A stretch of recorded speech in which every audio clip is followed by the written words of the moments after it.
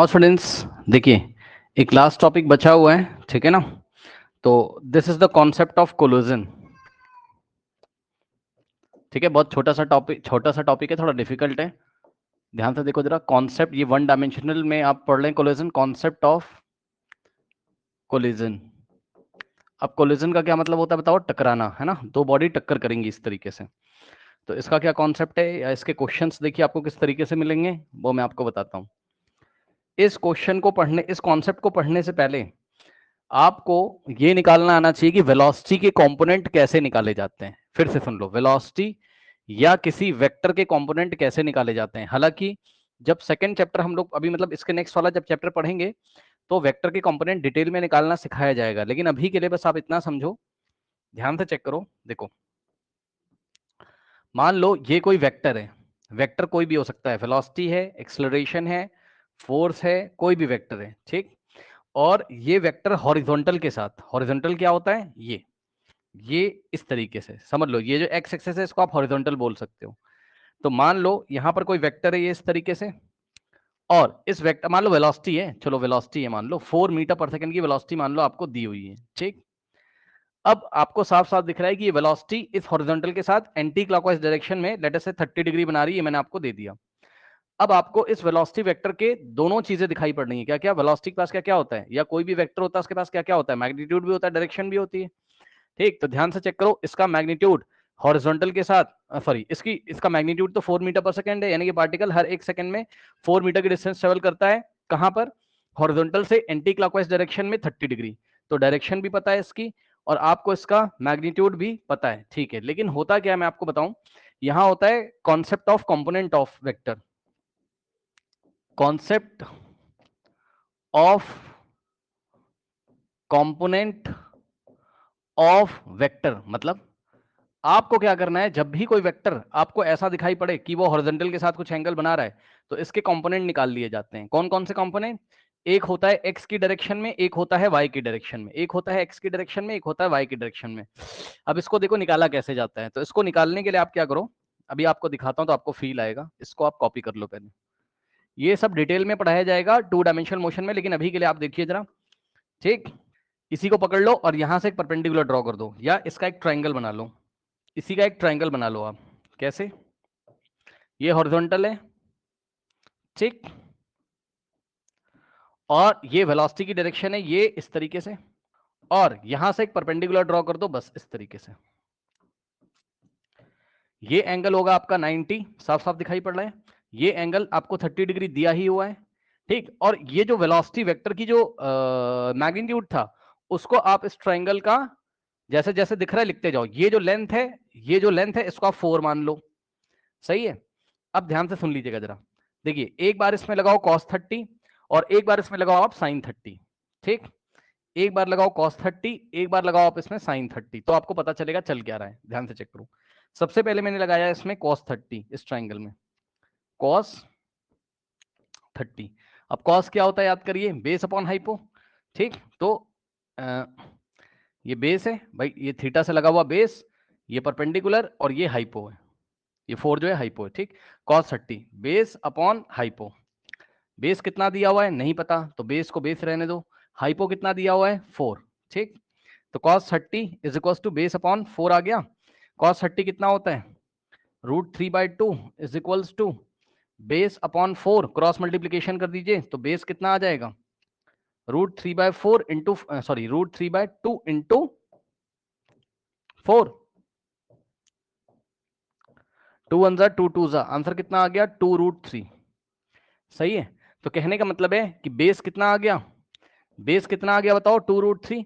अब ये जो 2√3 आए वेलोसिटी का कंपोनेंट है, मतलब समझो क्या बात है, मतलब ये 4 मीटर पर सेकंड अगर इधर थी तो इसको हम 2 डायरेक्शंस में रिजॉल्व कर लेंगे। यानी कि हम ऐसा सोचेंगे फिजिक्स में कि इसका कुछ पोर्शन तो इधर काम कर रहा है, कितना, ये ऐसे बेस की तरफ, यानी कि 2√3 मीटर पर सेकंड वेलोसिटी इधर है, ठीक। और वर्टिकल डायरेक्शन में कितनी वेलोसिटी है, ये ऐसे करके एरो लगा दोगे। अब इसको निकाल लो परपेंडिकुलर को, इसके लिए साइन थीटा लगाओगे,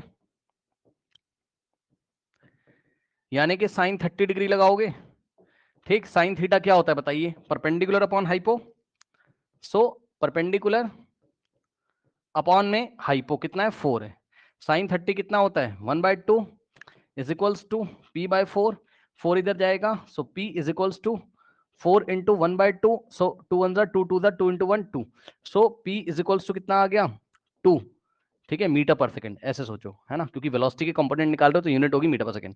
यानी कि ध्यान से चेक करिए, जो नेक्स्ट कंपोनेंट आया है वो कौन सी डायरेक्शन में आया है, यहाँ पे देखो ये परपेंडिकुलर आया है ना, और परपेंडिकुलर का मतलब है ये वाली डायरेक्शन में वेलोसिटी, यानी कि ये वाली डायरेक्शन में वेलोसिटी कितनी आई है 2 मीटर पर सेकंड। अब मेरी बात फिर से ध्यान से सुनिए जरा, 4 मीटर पर सेकंड जो दिया हुआ था क्वेश्चन में, हॉरिजॉन्टल से एंटी क्लॉकवाइज 30 डिग्री बनाकर, इसकी हेल्प से ट्रायंगल बनाओ, परपेंडिकुलर निकालो, बेस निकालो, बेस से पता चलेगा कि इस वेलोसिटी का कितना पार्ट इधर काम कर रहा है, और परपेंडिकुलर से पता चलेगा इस वेलोसिटी का कितना पार्ट इधर काम कर रहा है। अब कुछ लोग सोच रहे होंगे कि 2 + 2√3 करके तो 4 आ ही नहीं रहा है, भैया ये वेक्टर सम होता है, ये हम आपको 2 डायमेंशनल में बाद में पढ़ाएंगे, बस आप इतना समझो, जिसको कुछ नहीं समझ में आ रहा है आप ये समझोगे कि 4 जो वेलोसिटी दी थी उसका कुछ पार्ट तो इधर काम कर रहा है और कुछ पार्ट इधर काम कर रहा है। ये आपकी मैथमेटिक्स नहीं है कि आपने उठा के इन दोनों को ऐड कर दिया तो आपको 4 मिल जाएगा, नहीं, ठीक है, यहाँ वेक्टर लॉ लगते हैं, वो सब छोड़ो आप, बस आप इतना समझो कि हमको ये वेलोसिटी दी थी, ये 2 डायरेक्शन में काम कर रही, मतलब सर क्या बात है सर, अब आइए दिखाते हैं आपको क्या बात है। मान लीजिए कोई पार्टिकल है, ये कोई पार्टिकल है और इसकी वेलोसिटी ऐसे थी 4 मीटर पर सेकंड। अब इसको हम कट कर देंगे, हम इसकी जगह इसको सोचेंगे, किसको 2√3 मीटर पर सेकंड को इस डायरेक्शन में सोचेंगे और 2 मीटर पर सेकंड को इस डायरेक्शन में सोचेंगे। अब आप खुद समझो ना, एक्चुअल में पार्टिकल कौन से रास्ते पे जा रहा है, पार्टिकल तो ऐसे जा रहा था, क्यों वो ऐसे जा रहा है, क्योंकि हर एक पर्टिकुलर टाइम पे उसको ये वाली वेलोसिटी आगे खींचती है और उसी टाइम ये वाली ऊपर उठाती है। आप खुद समझो कि भाई मान लो 1 सेकंड निकल गया, तो 1 सेकंड में वो एक्स में कुछ चलेगा और उसी टाइम वो वाई में कुछ चलेगा, तो वो यहां पहुंच जाएगा, एक्स कॉमा वाई चेक कर लो, फिर वो x में कुछ चलेगा नेक्स्ट सेकंड में, y में कुछ चलेगा तो वो यहां पहुंच जाएगा। तो इस वेलोसिटी के 2 कंपोनेंट थे 2√3 और 2, 2√3 उसको आगे बढ़ाने का काम करता है और 2 मीटर पर सेकंड उसको ऊपर उठाने का काम करता है, यानी कि एक ही टाइम पर दोनों लोग मिलकर कोई तो इसको आगे बढ़ाता है कोई ऊपर उठाता है। तो कहने का मतलब है ना तो ये इस डायरेक्शन में जाता है ना तो ये इस डायरेक्शन में जाता है, ये मिलाकर दोनों की डायरेक्शन में इस तरीके से चलता है, ये मतलब है इसका। तो आई थिंक आपको मतलब समझ में आ गया होगा, ठीक है, तो ये आपको कंपोनेंट निकालने आने चाहिए, ठीक है। इसके बारे में हम डिटेल में बात करेंगे 2 डायमेंशनल मोशन में। बहरहाल अभी मैंने आपको इंट्रोडक्शन थोड़ा सा दिया, ज्यादा मैंने इसको कॉम्प्लिकेटेड नहीं किया, आपको समझा दिया। अब चलिए कॉन्सेप्ट ऑफ कोलिजन में केस नंबर 1, केस 1 देखिए जरा।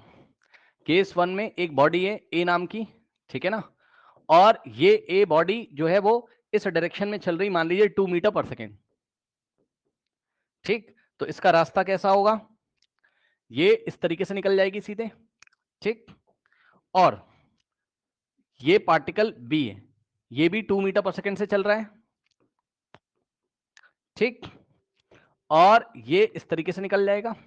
अब आप साफ साफ देख रहे हो और आपको भी पता है क्या कि 1 सेकंड में ये कितना आगे बढ़ेगा 2 मीटर, ये भी 1 सेकंड में 2 मीटर, भाई 2 मीटर पर सेकंड है ना वेलोसिटी, तो 1 सेकंड में ये भी 2 मीटर बढ़ जाएगा, ये भी 2 मीटर बढ़ जाएगा, ठीक, और इन दोनों के जो रास्ते हैं वो पैरेलल हैं, ये इस तरीके से, और ये दोनों एक ही रेफरेंस लाइन से चलना शुरू करते हैं, ठीक, ये दोनों एक ही रेफरेंस लाइन से चलना शुरू करते हैं और इनका रास्ता पैरेलल है, मतलब मेरे बोर्ड में दिखाई ना पड़ रहा अलग बात है, लेकिन इनका रास्ता पैरेलल है। अब आप खुद दिमाग लगाओ, क्या ये दोनों कभी टकराएंगे, कभी नहीं टकरा सकते भाई, खुद खुद दिमाग लगाओ। हाँ, 2 पार्टिकल हैं, वो 2 मीटर पर सेकंड से ऐसे पैरेलली चल रहे हैं, कब टकराएंगे बताओ, कभी नहीं टकराएंगे, तो ठीक, कहने का ये मतलब है, नोट लगाओगे आप कॉपी में, दे विल नेवर मीट, इस केस में इनकी टक्कर कभी नहीं होगी, they will never meet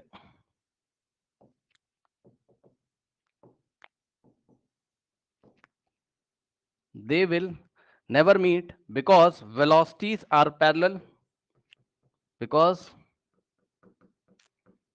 velocities are parallel। अब ध्यान से चेक करिए, मैंने आपको बताया वेलोसिटी के 2 कंपोनेंट आते थे अगर वेलोसिटी ऐसी होती थी, एक हॉरिजॉन्टल में और एक वर्टिकल में, ये हॉरिजॉन्टल होता है, ये वाला वर्टिकल होता है, ठीक, लेकिन यहां पर आपको क्या दिख रहा है, यहां पर देखिए जरा, यहां पर क्या दिख रहा है आपको, ये पार्टिकल ए का केवल हॉरिजॉन्टल वेलोसिटी है, केवल एक बार एक पार्टिकल, पहले एक एक पार्टिकल को देखो आराम से, पहले पार्टिकल ए को देखिए, ठीक। तो ये पार्टिकल ए की हॉरिजॉन्टल वेलोसिटी ही है ओनली, तो वर्टिकल तो है नहीं कुछ, इसको ऊपर कोई नहीं ले जाएगा, सिर्फ ये सीधे सीधे चलेगी। यही हालत बी का भी है, बी 2 मीटर पर सेकंड से जा रहा था, दोनों की वेलोसिटी सेम है हॉरिजॉन्टल में, ठीक। और बी को केवल ऐसे आगे ले जाने वाली वेलोसिटी, ऊपर उठाने वाली कोई नहीं है, ठीक। यानी कि ये जो बी है चुपचाप सीधा ऐसे चलता चला जाएगा, तो यही मैंने लिखा है, they will never meet because velocities are parallel. Okay, there is no velocity component, क्या लिखा, there is no velocity component, there is no velocity component which will decrease their distance। ये क्या बात बता दी, देखो बात समझो, इनका कोई भी वेलोसिटी कंपोनेंट ऐसा नहीं है, मतलब समझो, ना तो ए का कोई वेलोसिटी कंपोनेंट नीचे की तरफ है जो ए को घुमाकर ऐसे ले आए और इसमें टक्कर करवा दे कभी, और ना तो, अभी नेक्स्ट एग्जांपल में और समझ में आएगा, ध्यान सुनो, ना तो बी वेलोसिटी का कोई कंपोनेंट ऊपर की डायरेक्शन में जो उसको ऊपर खींचे इस तरीके से और ले आके ए से टक्कर करवा दे, दोनों के केवल वेलोसिटी एक ही एक वेलोसिटी है एक्स की डायरेक्शन में बस। बी को कोई ऊपर उठाने वाला कंपोनेंट नहीं है ऐसा वाला, ठीक, और ए को कोई नीचे ले जाने वाला कंपोनेंट नहीं है, तो दोनों कभी नहीं टकराएंगे इस केस में। ये केस नंबर 1 है। तो कभी भी अगर आपको ऐसा कोई क्वेश्चन दिया जाए जिसमें ए और बी एक ही लाइन से, मतलब एक ही रेफरेंस लाइन से ही आगे पीछे भी चल रहे हो, कोई दिक्कत नहीं है। अगर आगे पीछे चल रहे होंगे तो मान लो ए पहले से ही आगे बी पीछे, तब भी तो कभी नहीं पकड़ पाएगा अगर वो पैरेलल है तो, मतलब वेलोसिटीज अगर पैरेलल है, ओनली हॉरिजॉन्टल कंपोनेंट दिए हुए, ओनली वर्टिकल नहीं दिए हुए, तो टकराने की संभावना बिल्कुल भी नहीं है। क्यों? क्योंकि यहाँ पर कोई भी वेलोसिटी का कंपोनेंट ऐसा नहीं है जो कि इनके बीच का ये वाला डिस्टेंस डिक्रीज कर सके, यानी कि पार्टिकल को उठा के यहाँ ला सके कभी किसी पर्टिकुलर टाइम पे, ठीक। अब सुनो केस नंबर 2, अभी धीरे धीरे समझ में आएगा क्या कर रहा हूं मैं। यहां पे देखिए केस नंबर 2, ठीक। तो केस नंबर 2 में क्या है, आपको दे दिया क्वेश्चन, ये पार्टिकल ए है, ठीक, और पार्टिकल ए जो है वो इस रास्ते पे इस तरीके से चला जा रहा है। अब ध्यान देना जरा, ये 2 मीटर पर सेकंड से जा रहा है, लेकिन पार्टिकल बी की जो वेलोसिटी, इस बार ध्यान देंगे स्टूडेंट्स, पार्टिकल बी की जो वेलोसिटी है वो हॉरिजॉन्टल से 30 डिग्री पे इस बार,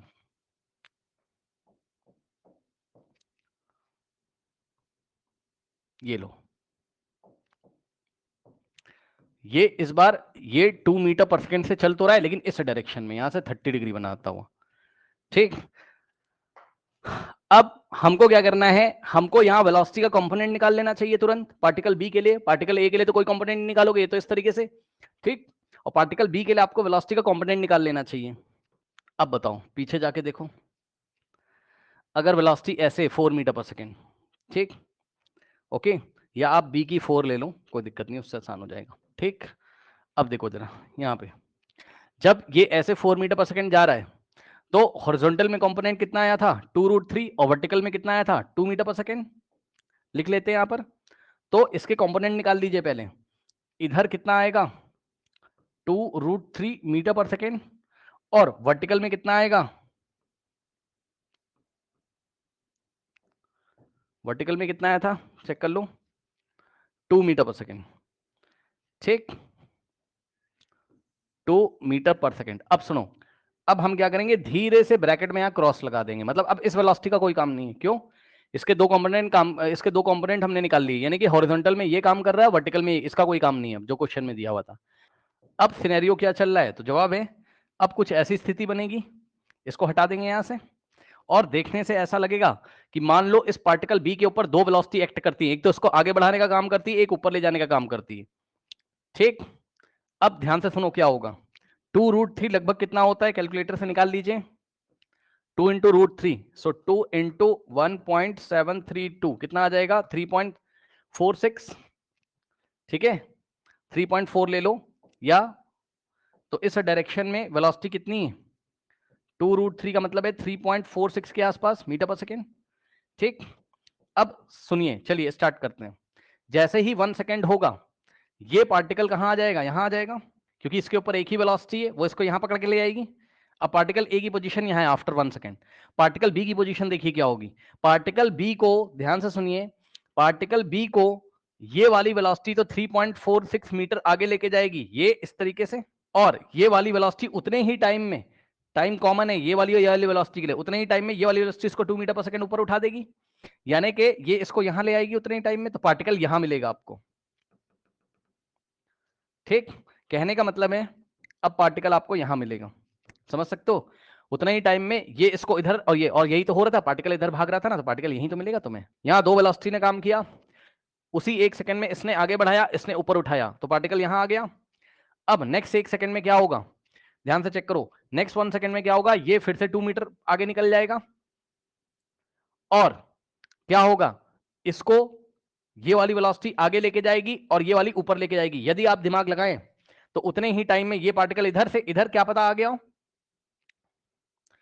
ये पार्टिकल इसको मिस कर जाएगा, कोलोजन नहीं हुआ, देख लीजिए कोई टक्कर नहीं हुई है, ये मिस कर गया इसको।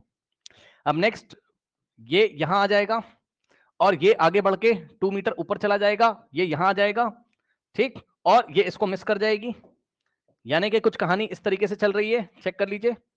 ये लो, ये बी, अरे समझ जाना भाई, है ना, ये बी पार्टिकल वाला ऐसे मोशन कर रहा होगा और ए वाला ऐसे, मतलब समझो जब ये ऐसे जा रहा होगा, ये देखो टिक टिक टिक टिक टिक टिक, है ना, ये ऐसे निकल गया और ये ऐसे निकल गया, मतलब कोई ऐसा टाइम क्या पता आया ही ना हो जब दोनों टकरा गए हो, मिस कर जाएंगे। ठीक, तो ध्यान से सुनिए, यहां पर ऐसा क्या हो गया जो मिस कर गए, तो ध्यान सुनो, ये एक्स कोऑर्डिनेट था, ये एक्स वाली वेलोसिटी थी, और इधर ये एक्स वाली वेलोसिटी थी। सबसे पहले तो टक्कर करवाने के लिए, ध्यान से सुन लीजिए भाई, ये केस होता है, मतलब मैं तो जस्ट एग्जांपल आपको न्यूमेरिकल वैल्यू देके करवा रहा हूं, लेकिन केस होता है, याद करना पड़ेगा क्या भाई, टकराएगा तभी जब x वाले कंपोनेंट सेम हो जाएं। सुन लो, इसका x कंपोनेंट 2 मीटर पर सेकेंड था, इसका 3.46 के आसपास था, पक्का मिस करेंगे।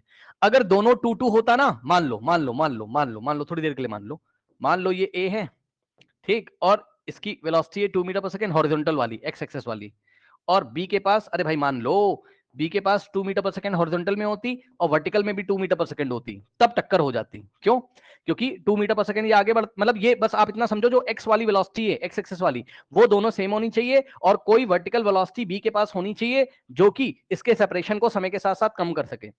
तो क्या होता है, 1 सेकंड में ये 2 मीटर आगे चलता और ये भी चलता, लेकिन ये 2 मीटर पर सेकेंड इसको ऊपर भी उठा देता, तो यहां कहीं आ जाता, ठीक, यहां कहीं आ जाता, ये 2 मीटर पर सेकेंड आगे बढ़ा और 2 मीटर ऊपर उठा, और ए यहां आ जाता, फिर अगले 1 सेकंड में क्या होता, फिर से ये 2 मीटर आगे बढ़ता और ये भी आगे बढ़ता, और उसी टाइम ने इसको ऐसे क्रॉस किया होता ये वाली वेलोसिटी ने, तो ये टक्कर हो जाती। तो टक्कर होने के लिए सबसे पहले याद रखिए पहली कंडीशन कि एक्स एक्सेस वाली वेलोसिटी सेम होनी चाहिए, नंबर 1 पक्का, और वाई एक्सेस में कोई वेलोसिटी होनी चाहिए, चाहे ए के पास, क्योंकि ए के पास होगी तो ए को नीचे ले आएगा वो इस तरीके से,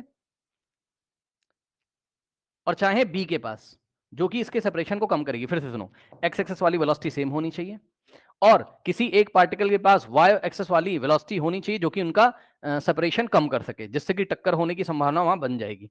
तो ध्यान से सुनिए, इस केस में हमने क्या लिखा, हमने लिखा there x coordinates will never be same, hence now there x coordinate will never be same, hence they will never collide। इसलिए इनका भी कोलोजन नहीं होगा। तो केस नंबर 1 में भी कोलोजन नहीं हुआ, केस नंबर 2 में इसलिए नहीं हुआ, वेरी इंपॉर्टेंट, यहां पर आपको अंडरलाइन करना चाहिए कि इनके एक्स कोऑर्डिनेट सेम नहीं थे, ठीक, इनका वेलोसिटी, इनका क्या ये वाई एक्सेस में भी वेलोसिटी सेम होनी चाहिए, नहीं नहीं नहीं नहीं, वाई एक्सेस में हो सेम ना हो उसका मतलब नहीं है, बस वाई एक्सेस में एक वेलोसिटी एक्स एक्सेस वाली जरूरी होती है, बस वाई एक्सेस वाली बस सेम होनी चाहिए। वाई एक्सेस में जो वेलोसिटी है वो कुछ ना कुछ होनी चाहिए ताकि उनका सेपरेशन को कम कर सके, बार बार ये पार्टिकल बी ए की तरफ जा सके, बस उसको उठाने के लिए वेलोसिटी होनी चाहिए, जरूरी नहीं कि ये भी 2 हो, ठीक है, ये और ये मैच करनी चाहिए हॉरिजॉन्टल वाली बस, ठीक। ओके, अब देखिए केस नंबर 3, ये लीजिए, अब वही एग्जांपल आ गया आपका फाइनली, लो, ठीक है। ए पार्टिकल है वो इधर जा रहा है 2 मीटर पर सेकेंड से, ठीक, और पार्टिकल बी है वो, उसकी दो वेलोसिटी चलो दे दी मैंने आपको, ठीक, या ये पार्टिकल बी की, ये इसकी हॉरिजॉन्टल डायरेक्शन है और ये तो है ही इसकी हॉरिजॉन्टल, ठीक। ये ऐसे, इस बार आपको क्वेश्चन तो वही दिया है, ठीक, यानी कि 4 मीटर पर सेकेंड, ठीक, लेकिन एंगल दे दिया 60 डिग्री उसने। अब बताओ क्या करोगे? अब ध्यान से चेक करो, अब इसका एक ट्रायंगल बना लो, पहले रफ वर्क में चले जाओ, एक ट्रायंगल बनाओ इसका, ये ऐसे था 4, ये इसका हॉरिजॉन्टल था, यहां से एक परपेंडिकुलर ड्रॉ करोगे,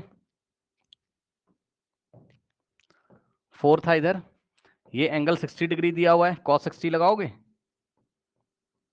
क्या होता है, बेस अपॉन हाइपो, हाइपो इधर cos 60 कितना होता है 1/2 बेस, और हाइपो कितना दिया है 4, तो बेस कितना आ जाएगा यहां से 2।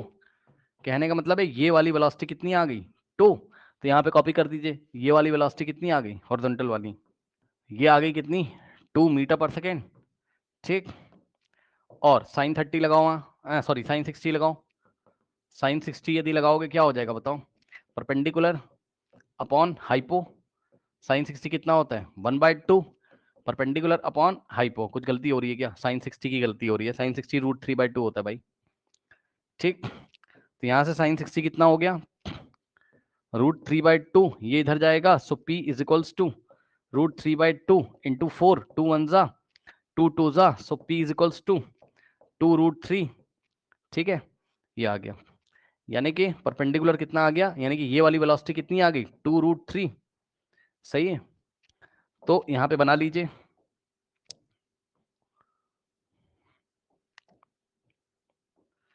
ये वाली जो वेलोसिटी कितनी आ गई आपकी, ये आ गई 2√3, करेक्ट। अब आप देख लो, अब मजेदार बात है ये तो, हॉरिजॉन्टल वाली सेम हो गई और वर्टिकल वाली कुछ भी हो उससे मतलब नहीं है।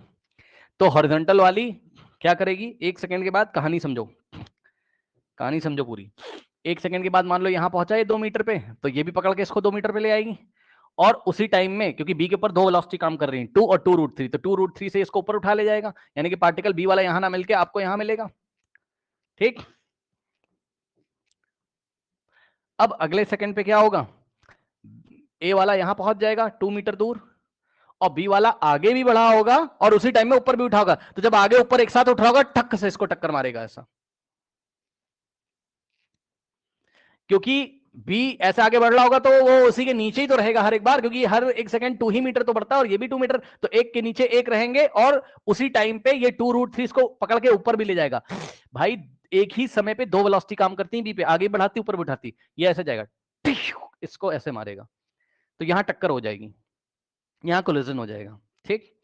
तो time of collision will be decided by the velocity component which decreases the, अच्छा हाँ एक चीज और, एक चीज और आपको फील करना है, यहां फील करो, फील करो, क्या फील करोगे बताओ, अब बताओ फील करो, देखो जब कोलोजन कितने समय में होगा ये कौन डिसाइड कर रहा है, ये हॉरिजॉन्टल वेलोसिटी नहीं डिसाइड कर रही, ये वाली डिसाइड कर रही है, ये वाली, ये इसको वेलोसिटी ऑफ सेपरेशन बोलते हैं, जो कि दोनों के बीच की दूरी घटा रही है, चेक करो, यही तो पार्टिकल को पकड़ के पहले यहां लाया, फिर अगले पल यहां उठा देगा, अरे समझ रहे हो ना भाई, समझ रहे हो, मान लो इसने उठा के यहां कर दिया, अरे भाई रुक जाओ, ये है ना, अब अगले पल उठा के मान लो यहां कर दिया, अब मान लो यहां पहुंचा और अगले पल उठा के इसमें टक्कर करवा दी, मतलब ये कितना था 2√3 डिस्टेंस, ये कितना था 2 टाइम्स 2√3, और ये कितना था 3 टाइम्स 2√3,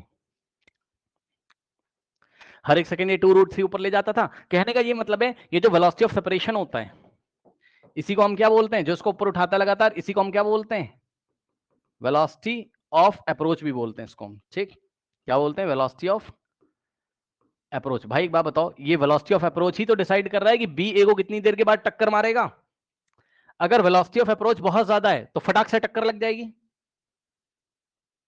अगर वेलोसिटी ऑफ अप्रोच छोटा है तो काफी देर के बाद टक्कर लगेगी, क्योंकि धीरे धीरे उठाएगा, धीरे उठाया, धीरे उठाया, धीरे उठाया।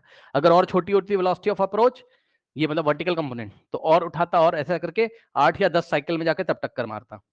लेकिन वेलोसिटी ऑफ अप्रोच अगर बहुत ज्यादा, एक ही सेकंड में बहुत ज्यादा उठा देगा ऊपर, और हॉरिजॉन्टल कंपोनेंट तो दोनों के सेम ही है, तो वो एक ही लाइन में रहेगा ऐसे, और ये ऊपर भी उठेगा उसी टाइम पे। समझ रहे होगे बात को? तो टक्कर कराने के लिए जिम्मेदार कौन? तो जवाब है, टक्कर कराने के लिए जिम्मेदार ये हॉरिजॉन्टल कंपोनेंट नहीं होता है, बस हॉरिजॉन्टल कंपोनेंट सेम होना चाहिए, और टक्कर कराने के लिए जिम्मेदार होता है भाई ये, इसी को हम बोलते हैं वेलोसिटी ऑफ अप्रोच। ठीक, तो इसी बात को लिख लीजिए, time of collision will be decided by time of collision will be decided by time of collision will be decided by velocity component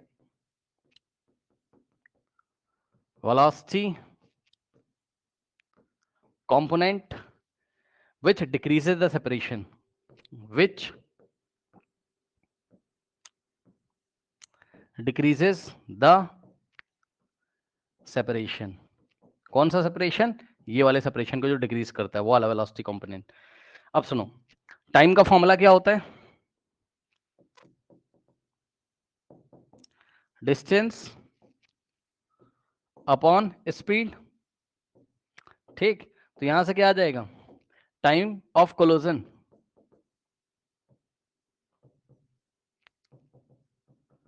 ये टाइम ऑफ कोलिजन किसके इक्वल आ जाएगा?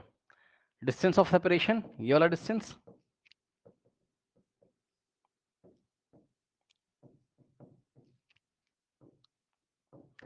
और डिवाइडेड बाय वेलोसिटी। कौन सी वाली? ये वाली वेलोसिटी, यही तो डिसाइड करी कितने टाइम में टक्कर होगी। ठीक, तो इस वेलोसिटी को बोलते हैं वेलोसिटी ऑफ अप्रोच।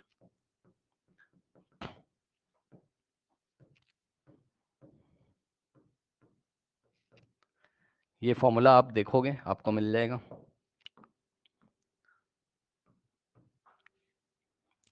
ठीक, नाउ अब देखिए क्वेश्चन आपको कैसे मिलेंगे इसमें। क्वेश्चन देखिए, क्वेश्चन में बोला कि एक इक्विलेटरल ट्रायंगल है, ध्यान समझना, ये एक इक्विलेटरल ट्रायंगल है, और इक्विलेटरल ट्रायंगल के कॉर्नर पे पर्सन ए, पर्सन बी और पर्सन सी खड़े हुए हैं। ठीक, क्वेश्चन बोलेगा आपसे क्या? देखो क्वेश्चन की लैंग्वेज देखो, ये इक्विलेटरल ट्रायंगल है, इसका हर एक साइड कितना है? एल लेंथ का, एल एल एल, और इसके बाद each person has speed V, each person have speed V, हर एक पर्सन की स्पीड कितनी है? वी है, and they always keep, and they always keep direction in the position of person in front, they always keep direction in the position of person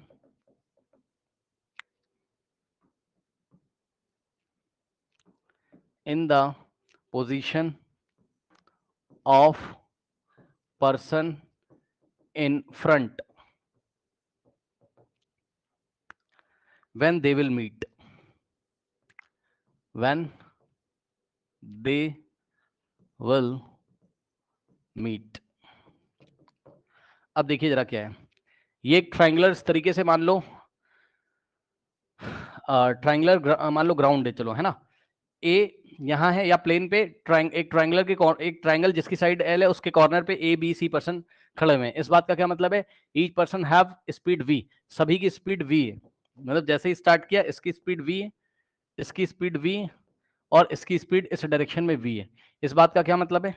पढ़ो क्या कह रहा है। कह रहा है कि हाँ, and they always keep direction in position of person in front, है ना। इसका क्या मतलब है? इसका मतलब है ये एक दूसरे को लगातार देख रहे हैं, मतलब समझो, समझ सकते हो आप, ये इसको देख रहा है, ये इसको देख रहा है, ठीक है। तो समझो जैसे ही ए, देखो बी अगर सी को देख रहा है, सी अगर ए को देख रहा है तो, और ए अगर बी को देख रहा है, अजीब सी बात है, तीनों एक दूसरे को देख रहे हैं, मतलब बी की नजर सी के ऊपर है, सी की नजर ए के ऊपर है, और ए की नजर बी के ऊपर है।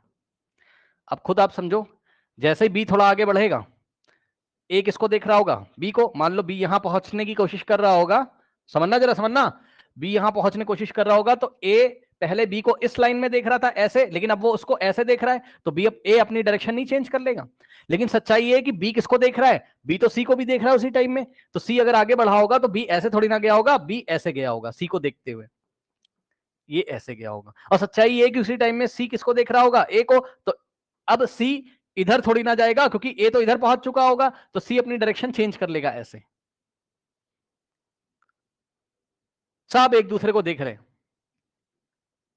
तो सी जब इधर आया होगा और उसने नजरें ए पे रखी होंगी, ए ने बी पे रखी होंगी और बी ने सी पे रखी होंगी, तो बी से सी को देख के थोड़ा इधर मुड़ जाएगा, ए बी को देख के थोड़ा इधर मुड़ जाएगा, और सी भी ए को देख के थोड़ा इधर मुड़ जाएगा। तो इसका कंक्लूजन ये है, कहने का मतलब है कि सब लोग कहां आके मिलेंगे, सर इस ट्राइंगल के सेंट्रॉइड पे। हर एक पल तीनों अपनी डायरेक्शन चेंज करते रहते हैं, और ये लोग आके कुछ इस तरीके से मिलेंगे, कहां, सेंट्रॉइड पे। ये सी ऐसे घूम के आएगा, बी ऐसे घूम के आएगा, और ए ऐसे घूम के आएगा। ये जो पॉइंट है इसको जी बोलते हैं, जी का मतलब है सेंट्रॉइड ऑफ ट्राइंगल।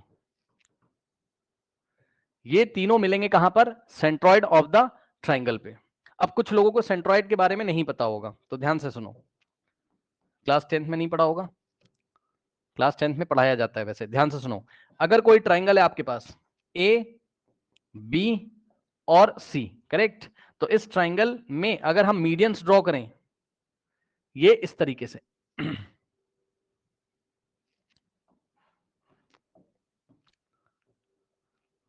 तो ये वाला जो पॉइंट होता है सेंट्रॉइड होता है, और मान लो ये डी पॉइंट है, तो ये वर्टेक्स की तरफ से यहां से जो जी पॉइंट है इस एडी को, यानी कि मीडियन को 2:1 के रेशियो में डिवाइड करता है। मतलब समझो, मतलब यहां से यहां तक की लेंथ अगर 2x है, तो यहां से यहां तक की लेंथ क्या होती, x होती, जिससे कि AG:GD का जो रेशियो है वो कितना होता है, 2x:x, x कटेगा 2:1 होता है, याद रखिएगा, ठीक। अब इसी डायग्राम को देखिए हम दोबारा बनाते हैं, ठीक। अब इसका सॉल्यूशन करने की कोशिश करेंगे। ये पर्सन ए है, ये बी है, और ये सी है, और यहां तीनों मीट करेंगे इस पॉइंट पे। लेट अस से दिस पॉइंट इज जी, ठीक है ना। नाउ अब ध्यान दे जरा, देखिए इस डायरेक्शन में स्टार्टिंग में स्पीड कितनी थी v, इधर कितनी थी स्पीड, इस डायरेक्शन में वेलोसिटी बोलो स्पीड बोलो बात सेम, ये ऐसी थी।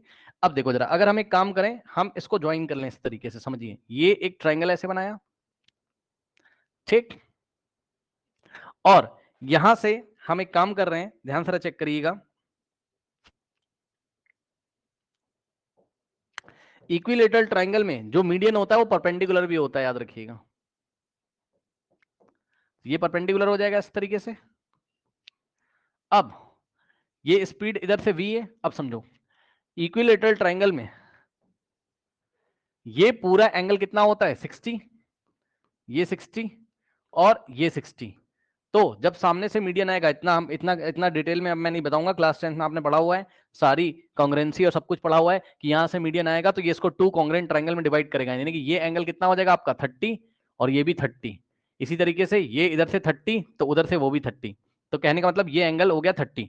अब सुनो ध्यान से, इस ट्राइंगल को अगर आप पकड़ लोगे,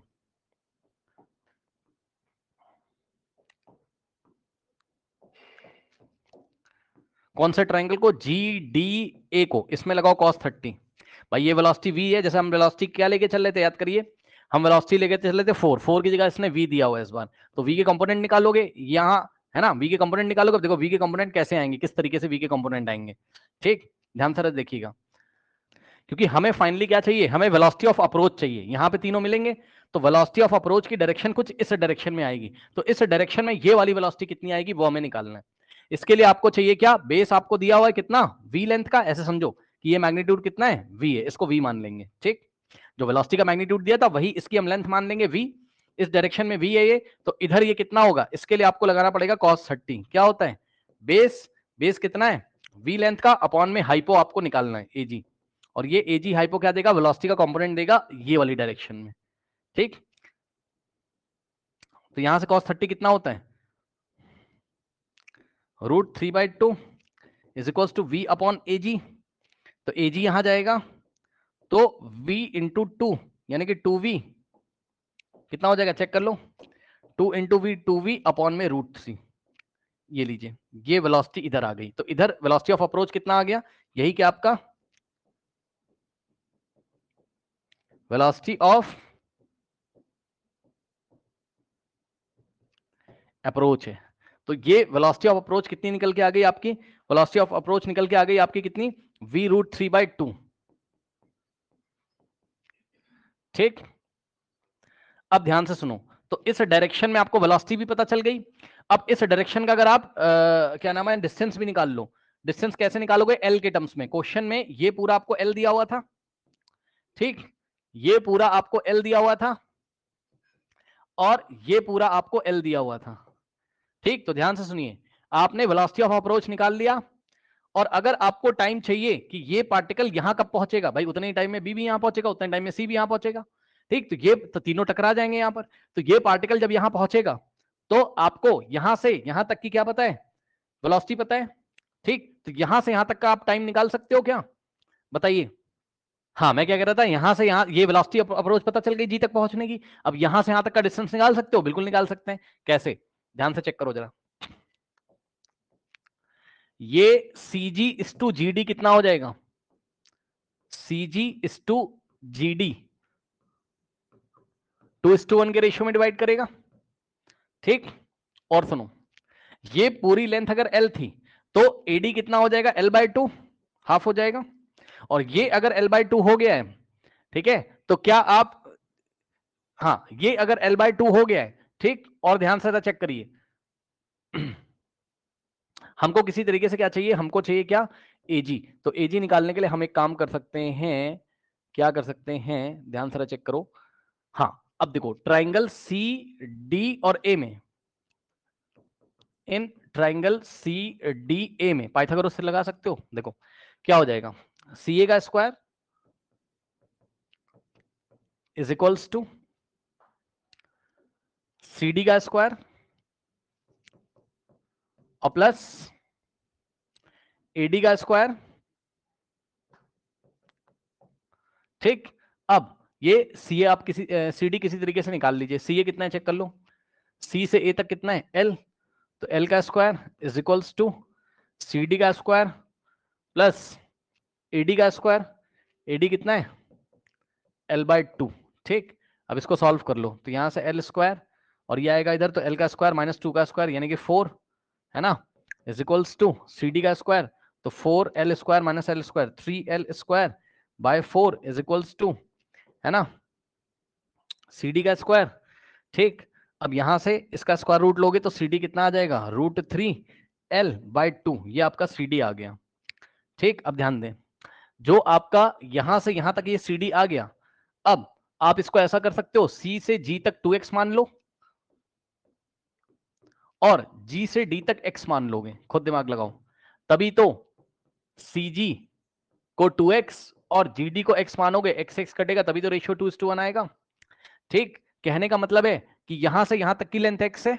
अब सुनो, CD तुम निकाल चुके हो, ठीक, तो यहां पे देखो, ये CD बराबर कितना निकाला है तुमने, √3L/2, और CD है कितना, इस डायग्राम से देखो, C से D तक कितना है, 2x प्लस x यानी कि 3x। CD कितना है, 2x प्लस x। अब 2x प्लस x कितना है, 3x है, इज इक्वल्स टू √3L/2। सही है, ये 3 इधर जाएगा, so x is equals to √3L/2 into 3, तो यहां से आ जाएगा √3L/6। हमने क्या चालाकी करी, हमने ये चालाकी करी कि ये जो x दिखाई पड़ रहा है ना, x की वैल्यू हमने निकाल ली किसके टर्म्स में, बताइए, x की वैल्यू निकाल ली हमने किसके टर्म्स में, L के टर्म्स में, क्योंकि L क्वेश्चन में गिवन क्वांटिटी है। ठीक, ये आ गया। अब हम एक काम कर सकते हैं क्या, अब हम ट्राइंगल ए जी डी में पाइथागोरस थ्योरम लगा दें तो हमको ए जी मिल जाएगा एल के टर्म्स में। In triangle A G D लगाइए Pythagoras theorem. A G D में ए जी का square is equals to G D का स्क्वायर और प्लस एडी का स्क्वायर। सो यहां से एजी का square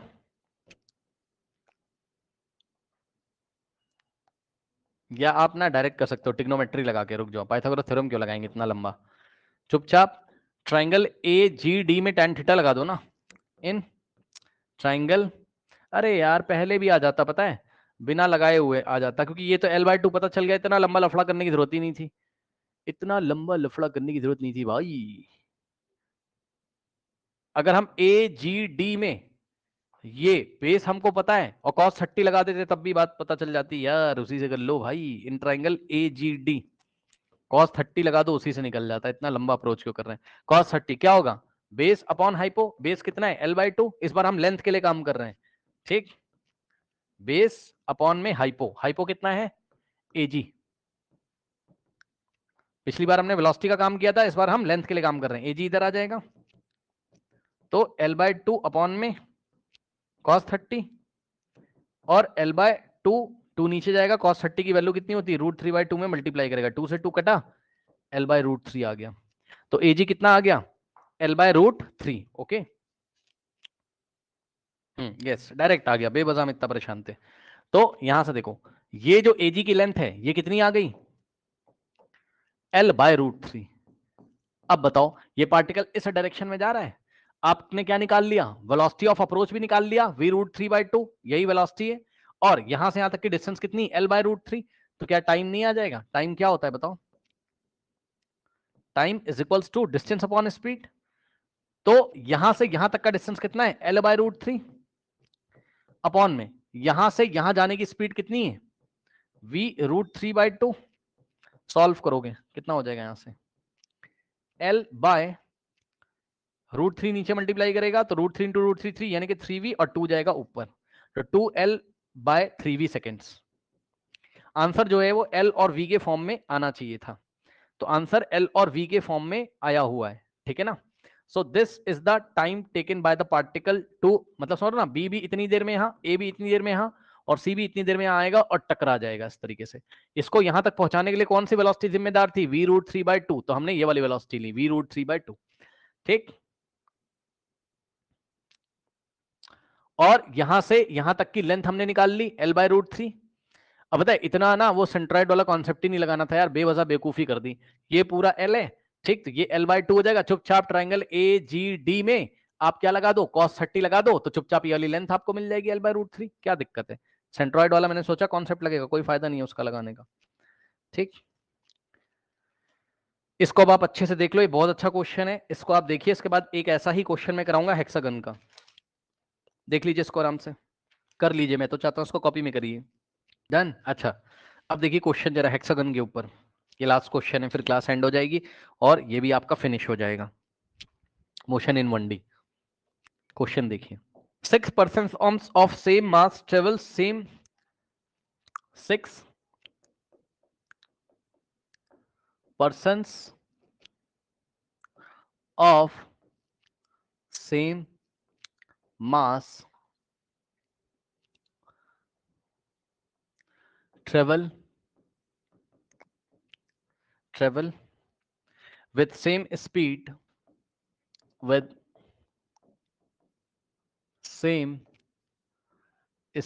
u along regular hexagon of side D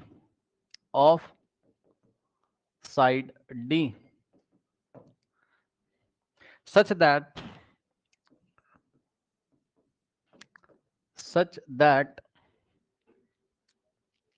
each one always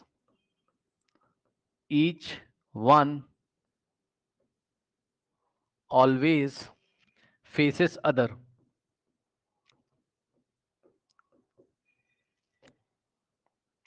after how much time, after how much time will they meet, will they meet each other, each other? Option A, d by u. Option B, 2d by 3u. Option C, 2d by u. And the final option is d root 3 by u. ठीक, ये सवाल आपको इसने दिया. अब देखिए जरा, इस सवाल में एक क्लास 8 का कॉन्सेप्ट भी लगेगा, वो भी मैं आपको याद दिला दूंगा अभी. देखिए, यहां एक हेक्सागन है इस तरीके से, और ये रेगुलर हेक्सागन है, ये इस तरीके से. रेगुलर मतलब जिसके all the sides are equal, समझ जाना भाई. ठीक है, all the sides are equal है. तो ये भी डी है, ये भी डी है, ये भी डी है. टोटल 6 साइड्स हैं, 1 2 3 4 5 6 हेक्सागन. ठीक है, डी और डी. ठीक है ना. अब इसने क्या बोला, कह रहा 6 लोग हैं और सबके मास सेम है, having same speed u along the regular hexa. समझ जाओ, है ना. एक यहां से चलना शुरू करता होगा u से, फिर दूसरा वाला यहां से चलना शुरू करता होगा u से, तीसरा वाला यहां से चलना शुरू करता होगा u से, नेक्स्ट वाला यहां से चलना शुरू करता होगा u से, नेक्स्ट वाला यहां से चलना शुरू करता होगा u से, और नेक्स्ट वाला यहां से चलना शुरू करता होगा u से. ठीक, सब लोग एक दूसरे को देखते हैं. ठीक, आप इसको इस तरीके से कर लो, सब लोग एक दूसरे को देखते हैं. तो ये फाइनली कहाँ मीट करेंगे, सेंटर पे, यहाँ कहीं. कितने टाइम के बाद मीट करेंगे, ये डी गिवन क्वांटिटी है और सबकी स्पीड यू है, गिवन क्वांटिटी है, ये यहाँ कहीं मीट करेंगे. थोड़े कॉन्सेप्ट ध्यान दीजिए. सम ऑफ, ये क्लास 8 का कॉन्सेप्ट है, क्या, sum of all interior angle of a regular polygon. किसी रेगुलर पॉलीगन के, पॉलीगन, किसी रेगुलर पॉलीगन के सभी इंटीरियर एंगल का, रेगुलर मतलब जिसके ऑल द साइड्स इक्वल होते हैं, है ना. ये सारे साइड्स इसके डी डी डी है ना. अगर एक ऐसा पॉलीगन है जिसके ऑल द साइड्स इक्वल हैं, तो उसके इंटीरियर एंगल्स का सम कितना होता है, मतलब ये वाला पूरा एंगल प्लस ये वाला पूरा एंगल प्लस ये वाला पूरा एंगल प्लस ये वाला पूरा एंगल प्लस ये वाला पूरा एंगल प्लस ये, इसका सम का जो फॉर्मूला होता है, sum of all interior angles of a regular polygon, regular polygon is n-2 into 180 degree. ठीक, तो अब देख लो n क्या होता है, नंबर ऑफ साइड्स होते हैं. n क्या होता है यहाँ, नंबर ऑफ साइड्स होते हैं. ठीक, तो बताओ कितने साइड्स हैं टोटल, 1 2 3 4 5 6. तो n की वैल्यू यहाँ रखोगे 6 -2 into 180. ठीक, तो यहाँ से कितना आ जाएगा, 720. चेक कर लो, आ जाएगा ना. हाँ, 720 डिग्री. मतलब इसका, इसका, इसका, इसका, इसका और इसका, सबका सम कितना है, 720. तो टोटल कितने एंगल हैं, 6. सारे के सारे इक्वल हैं, क्योंकि रेगुलर पॉलीगन में हर एक एंगल इक्वल होता है. तो एक एंगल निकालने के लिए,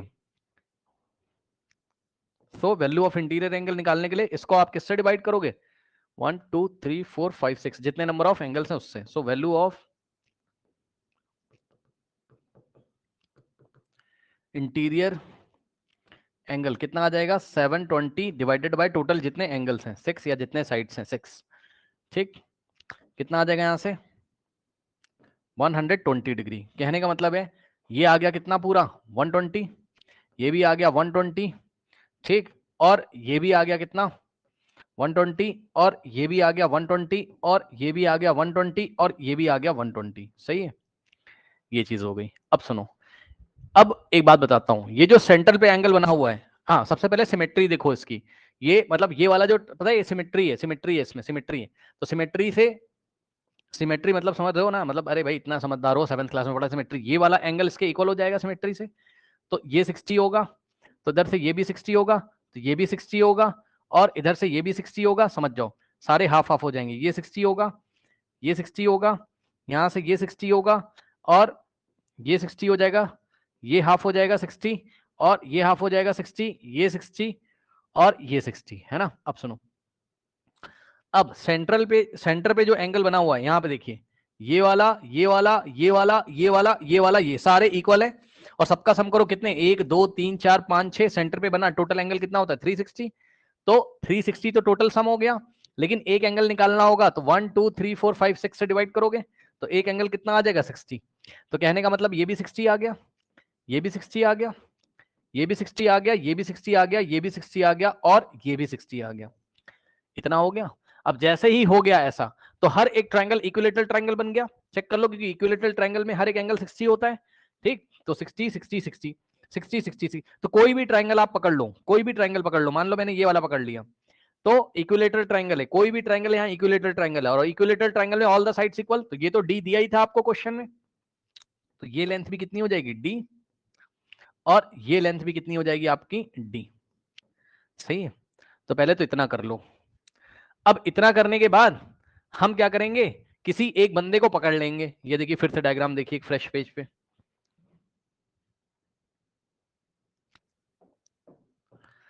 ये सेंटर है, ये किसी भी एक बंदे को पकड़ लो, इसको पकड़ लो, ये एंगल कितना आया था 60। ठीक, उसके बाद यहां से यहां तक की डिस्टेंस कितनी है डी। तो अब आपको इस डायरेक्शन में वेलोसिटी चाहिए। ठीक है, इस डायरेक्शन में यदि आपको वेलोसिटी चाहिए तो क्या करोगे आप, वेलोसिटी के कंपोनेंट निकाल के इस डायरेक्शन में वेलोसिटी निकाल लोगे और उसके लिए क्या करोगे, ध्यान से चेक करो, निकाल पाओगे वेलोसिटी। देखो कैसे निकालेंगे वेलोसिटी, इसके लिए हम ट्रायंगल को अलग कर लेते हैं। ये ऐसे करके ध्यान से चेक करना, इसके पैरेलल एक वेलोसिटी बनाई हमने इस तरीके से। भी आपने कंपोनेंट नहीं पढ़े ना, जब वो 2D में पढ़ लोगे तब आपके लिए देखते ही बना दोगे आप, देखते ही आ जाएगा आंसर, लेकिन अभी नहीं आ रहा है तो देखो जरा, अभी हम पूरे लॉन्ग लॉन्ग मेथड से करेंगे, फिर हमारी प्रैक्टिस हो जाएगी। ध्यान से सुन लो जो बच्चे देख रहे हैं, परेशान मत हो, जब तुम कंपोनेंट निकालना सीख जाओगे ना भैया नेक्स्ट चैप्टर में, तो तुम्हारे लिए सब हलवा हो जाएगा, देखते ही पहचान जाओगे तुम। अभी लेकिन मैं बना के दिखा रहा हूं, अभी पढ़ा नहीं है ना। ये यू ऐसे, ठीक, और ये डी है, यहां से एक परपेंडिकुलर ड्रॉ करोगे ये इस तरीके से, और ये है 60 डिग्री। अब ये u का कंपोनेंट ये वाली डायरेक्शन में निकालना है, मतलब इस ट्रायंगल में क्या करोगे तुम, मतलब एक तरीके से इस पे परपेंडिकुलर ऐसे ड्रॉ किया गया, ऐसे सोचो तुम। ठीक, अब हमको क्या निकालना है, बेस निकालना है। क्या निकालना है हमको, बेस निकालना है, ये बेस निकालना है किसके टर्म्स में, u के टर्म्स में। मान लो u, ये वाली लेंथ u दी हुई है, तो लगाओगे क्या cos 60 बेस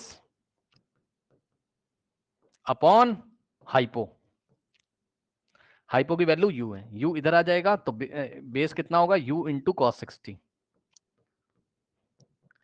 cos 60 कितना होता है 1/2, तो बेस कितना हो गया u/2। कहने का मतलब ये है कि ये वाली डायरेक्शन वेलोसिटी कितनी हो गई u/2। अब कंफ्यूज मत होना, यहां से यहां तक की जो डिस्टेंस है वो कितनी है d है, और वेलोसिटी यहां से यहां वेलोसिटी ऑफ अप्रोच कितना है u/2 है। मतलब इस डायरेक्शन में वेलोसिटी u थी, बट उसका u/2 कंपोनेंट इधर काम कर रहा है और इधर भी कुछ कंपोनेंट काम कर रहा होगा, ये सब, लेकिन अभी हम ये नहीं निकालना सिखाएंगे आपको, उसको छोड़ो। आप जब आप कंपोनेंट निकालना सीख लोगे आप डायरेक्ट पहचान जाओगे भाई, कोई दिक्कत नहीं होती, आप डायरेक्ट पहचान जाओगे वहां, इतनी टेंशन मत लो। ये ऐसे होता है तो ये होता है u, ये होता है क्या दिस, मतलब डायरेक्ट निकाल लेते हैं। देखो अगर कोई वेक्टर ऐसा है ना, सॉरी, अगर कोई वेक्टर ऐसा है तो इसका ये वाला कंपोनेंट पता है डायरेक्ट निकलता है कैसे, इसका जो मैग्नीट्यूड दिया हुआ है ये into cos of this angle theta, तो डायरेक्ट निकाल सकते हो u इंटू कॉस 60 कितना है 1/2। बट अभी मैंने ट्रायंगल एंगल सब बना के दिखाया है क्योंकि अभी आपने पढ़ा नहीं, वरना तो सब देखते पहचान लोगे, जैसे 2D पढ़ लोगे, कोई दिक्कत नहीं। अब सुनो, अब आपको यहां से यहां जो पर्सन ये वाला जाएगा, ठीक, यहां से यहां तक का डिस्टेंस पता है कितना है d, क्योंकि इक्विलेटरल ट्रायंगल था d d d, और यहां से यहां तक की स्पीड पता है, तो क्या आप टाइम नहीं निकाल सकते हो, वेलोसिटी ऑफ अप्रोच भी पता है u/2। टाइम क्या होता है,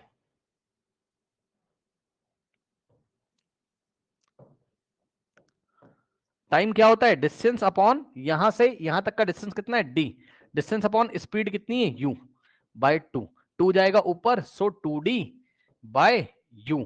d और u गिवन क्वांटिटीज थी, तो जो टाइम है मेरा वो आ गया गिवन क्वांटिटीज d और u के टर्म्स में। तो ये लोग आपस में कितने समय के बाद मिलेंगे, option C is the correct option 2d by u। अब आप थोड़ा सा ध्यान दो जरा, स्टार्टिंग में मैंने क्या किया था, मैंने एरो ऐसे नीचे लगाए थे, याद है। अगर आप चाहते तो क्लॉकवाइज एरो ना लगा के एंटी क्लॉकवाइज भी लगा सकते थे, वो भी मैं आपको करके दिखा देता हूं, वहां से भी आंसर आ जाएगा।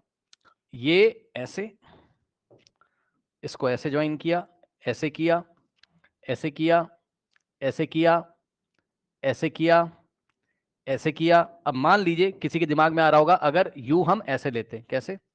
अभी हमने ऐसे क्लॉकवाइज लिया था, अगर हम एंटी क्लॉकवाइज लेते, यानी कि ये वाला बंदा इधर, ये वाला बंदा इधर, ये वाला, वही आ जा रहा है क्या? ये तो क्लॉकवाइज ही आ जा रहा है यार, एरो पलट दो। ये वाला इधर, ये वाला इधर यू से, ये वाला इधर यू से, ये वाला इधर यू से, और ये वाला इधर यू से, और ये वाला हाँ इधर यू से। सब एक दूसरे को देखना है तो घूम फिराकर यहां पर पहुंच जाएंगे टी टाइम के बाद, समय निकालना है। अब बताओ, कहानी तो भाई पूरी वही चलेगी ना, आप कहीं से भी पकड़ लो। मान लो यहां से पकड़ लेते तो ये एंगल 60 होता, ठीक? ये एंगल कितना होता? 60 होता। और इधर वेलोसिटी कितनी है? u, और ये डिस्टेंस कितना है? d है। तो अब आप क्या करते बताओ, इस ऐसा करके एक ट्रायंगल बाहर निकालते, ये u आ जाता, u के पैरेलल u, ये लो। हाँ, और ये d वाली लाइन है, ये इस तरीके से। अब हम क्या करते, ये वेलोसिटी वाले से ये d वाली लाइन पे एक परपेंडिकुलर ड्रॉ करते, ये इस तरीके से, ठीक? और ये एंगल कितना है? 60 डिग्री है। अब बताओ, ये 60 डिग्री से लगा हुआ ये बेस, ठीक? 60 डिग्री के सामने वाला परपेंडिकुलर, और 90 डिग्री के अपोजिट वाला हाइपो। तो यहां cos 60 लगाते, क्या होता है? बेस अपॉन हाइपो, और हाइपो की वैल्यू कितनी? u। तो यहां से बेस कितना आ जाता बताओ? u इंटू cos 60, यानी कि u इंटू cos 60 कितना होता है? 1/2, यानी कितना आ जाता? u/2। भाई अभी भी तो ये जो बेस आता, यानी कि इस वेलोसिटी का इस डायरेक्शन में कंपोनेंट कितना आता? u/2। ये लो, इधर वेलोसिटी कितनी आ गई? u/2, ठीक? अब यहां से यहां जाने की वेलोसिटी पता चल गई, और यहां से यहां तक का डिस्टेंस पता है, तो क्या आप समय नहीं निकाल पाओगे? समय बराबर क्या होता है? Distance upon speed. स्पीड कितनी? u/2। तो भाई आंसर तो वही आएगा ना।